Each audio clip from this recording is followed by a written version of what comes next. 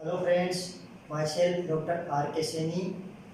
Today we will discuss about respiratory system of humans. देखिए respiration क्या होता है, what is respiration? Respiration is a biochemical process in विच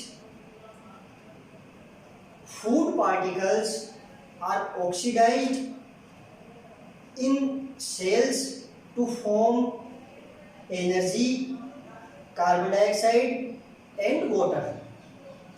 अब ये जो एनर्जी होती है ये केमिकल फॉर्म में एटीपी के रूप में स्टोर की जाती है।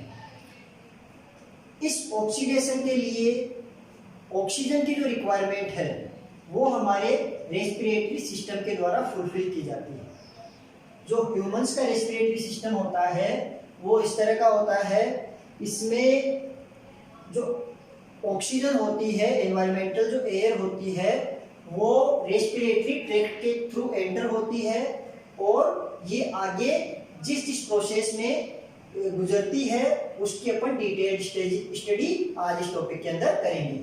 तो सबसे पहले जो एयर होती है, एनवायरमेंटल एयर होती है, वो हमारे जो नोज होते हैं, एक्सटर्नल नोस्ट्रिल्स जो होते हैं उनके थ्रू एंटर होती है। कभी कभी एयर हमारे जो माउथ होते हैं उससे भी एंटर हो सकती है, बट रेस्पिरेशन की जो प्रोसेस है उसमें मोस्टली नोज से ही एयर एंटर होती है।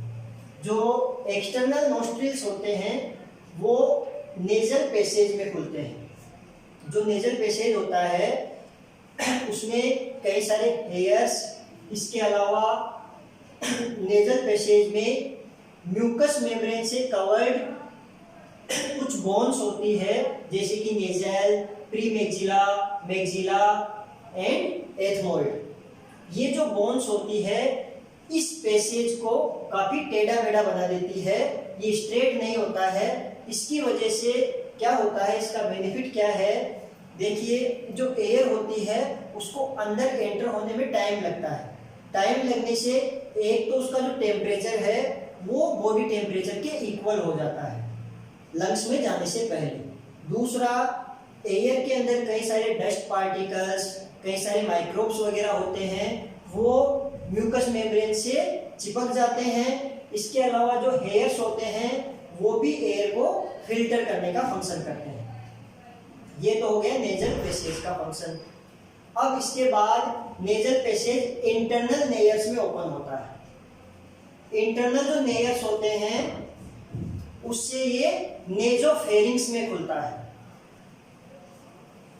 अब नेजोफेरिंग्स जो होता है आगे जाकर लेरिंगोफेरिंग्स में खुलता है। लेरिंगोफेरिंग्स से अब यहाँ देखिए आगे का जो पाथ है, यहाँ का जो पाथ है ये एयर और फूड दोनों के लिए कॉमन होता है। यहाँ से अपन माउथ से फूड अंदर लेते हैं और यहाँ से एयर आती है। यहाँ से जो पाथ है ये 2 पाथवेज में डिवाइड होता है। जो डोर्सल साइड होती है वहाँ तो ग्लूट होता है और जो वेंट्रल साइड होती है उधर ग्लोटिस होता है। ग्लोटिस आगे जाकर ट्रेकिया में ओपन होता है, जबकि ग्लूट जो होता है ये इसोफेगस में ओपन होता है। अब अपन यहाँ से माउथ से अगर कोई फूड पार्टिकल लेते हैं तो जब यहाँ दोनों पाथवे साथ साथ हैं तो फूड पार्टिकल ट्रेकिया में क्यों नहीं जाता है? देखो इसका भी एक रीजन है। यहाँ पर जो ग्लोटिस होता है उसके ऊपर कार्टिलेज का बना हुआ एक कवर होता है जिसे हम एपिग्लोटिस कहते हैं। एक ढक्कननुमा स्ट्रक्चर होती है। ये जो एपिग्लोटिस होता है, जैसे ये अपन भोजन यहाँ से माउथ से अंदर लेते हैं तो ये एपिग्लोटिस को प्रेस करता है। प्रेस होने से ये दब जाता है और जो ग्लोटिस वाला पार्ट है ये ब्लॉक हो जाता है, जिससे फूड पार्टिकल ट्रेकिया में एंटर नहीं हो पाता। एपिग्लोटिस ग्लोटिस में खुलता है, ग्लोटिस आगे जाकर लेरिंग्स में खुलता है। लेरिंग्स एक चेंबर है जो कि 4 टाइप की 6 कार्टिलेज से बना हुआ होता है। देखिए कार्टिलेज इसमें कौन कौन सी होती है? थायराइड 1 कार्टिलेज होती है, क्रिकोइड 1 कार्टिलेज होती है, एरिटिनोइड 2 कार्टिलेज होती है एंड सेंटोरिनी 2 कार्टिलेज होती है। तो टोटल नंबर 6 होता है इनका, जबकि 4 टाइप की कार्टिलेज इसमें प्रेजेंट होती है। इसके अलावा लेरिंग्स में 2 पेयर्स वोकल कॉर्ड्स भी प्रेजेंट होते हैं। ऊपर वाले जो वोकल कॉर्ड्स होते हैं वो फॉल्स होते हैं, जबकि नीचे वाले जो वोकल कॉर्ड्स होते हैं वो ट्रू वोकल कॉर्ड्स होते हैं। जब एयर ट्रेकिया से बाहर जाती है तो ये एयर उन वोकल कॉर्ड्स में वाइब्रेशन डेवलप करती है। वो जो वाइब्रेशन होता है उसी वजह से अपन साउंड्स डेवलप कर पाते हैं। अब यहाँ से जो लेरिंग्स है ये ट्रेकिया में ओपन होता है। अब लेरिंग्स यहाँ ट्रेकिया में ओपन होता है। जो ट्रेकिया है ये 20 to 22 जो ट्रेकिया है ये 22 सेंटीमीटर लॉन्ग एक ट्यूब होती है।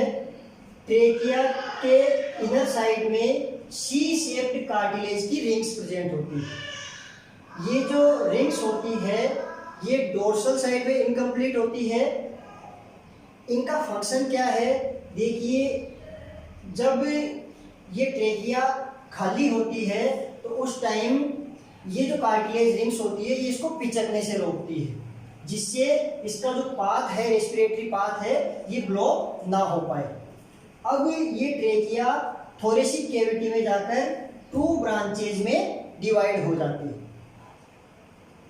एक तो लेफ्ट प्राइमरी ब्रोंकस और एक राइट प्राइमरी ब्रोंकस। ये जो प्राइमरी ब्रोंकस होते हैं ये अपनी अपनी ओर के लंग्स में जाकर ओपन होती है।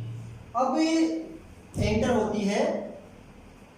हमारे जो लंग्स होते हैं ये रेस्पिरेटरी सिस्टम के सबसे इंपॉर्टेंट ऑर्गन्स होते हैं, सबसे मेन ऑर्गन्स होते हैं। थोरेसिक कैविटी के अंदर 2 लंग्स होते हैं, एक राइट लंग और दूसरा लेफ्ट लंग। जो राइट लंग होता है ये 3 लोब्स में डिवाइडेड होता है, जबकि लेफ्ट लंग जो होता है ह्यूमंस में वो 2 लोब्स में डिवाइडेड होता है। लंग्स को चारों तरफ से हमारे जो रिब्स है वो कवर करती है और नीचे से डायफ्राम इसको प्रेस किए हुए रखता है। अब जो लंग्स होते हैं इनमें काफ़ी ज़्यादा इलास्टिसिटी प्रेजेंट होती है। जैसा कि मैंने बताया आपको, डायफ्राम और रिब्स इसको प्रेस किए हुए रखता है, इसलिए इसका जो वॉल्यूम होता है वो कम रहता है।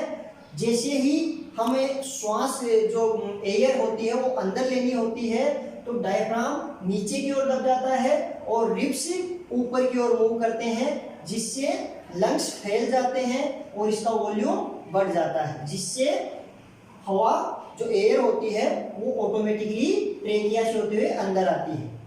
जैसे ही डायफ्राम ऊपर की ओर और रिब्स नीचे की ओर मूव करते हैं लंग्स प्रेस हो जाते हैं, जिससे एयर ऑटोमेटिकली बाहर की तरफ निकल जाती है। जो लंग्स होते हैं इनको जो पेराइटल प्लूरा होता है ये कवर किया हुआ रहता है, प्लूरल कैविटी में होते हैं। ये प्लूरल कैविटी में 2 मेम्ब्रेन्स इसको कवर करती है, पेराइटल प्लूरा और विसरल प्लूरा।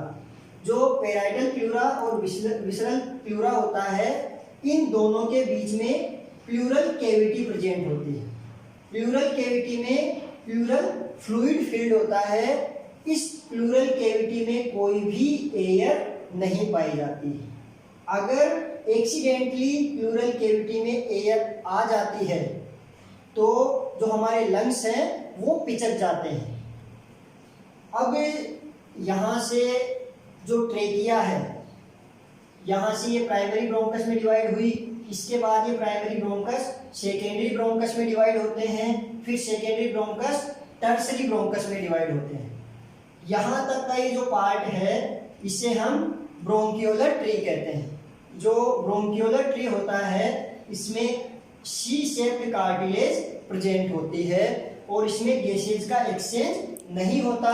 ये कंडक्टिंग जोन की तरह ही फंक्शन करते हैं।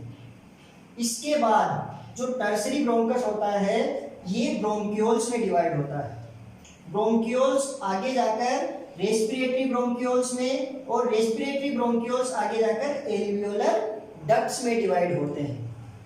एल्वियोलर डक्ट जो होती है वो एल्वियोलर शेक में खुलती है। इस तरह के एल्वियोलर जो शेक होते हैं, ऐसे एल्वियोलर शेक दोनों लंग्स में मिलाकर लगभग 60 करोड़ होते हैं। दोनों लंग्स में मिलाकर 60 करोड़ एल्वियोलर सेक्स प्रेजेंट होते हैं।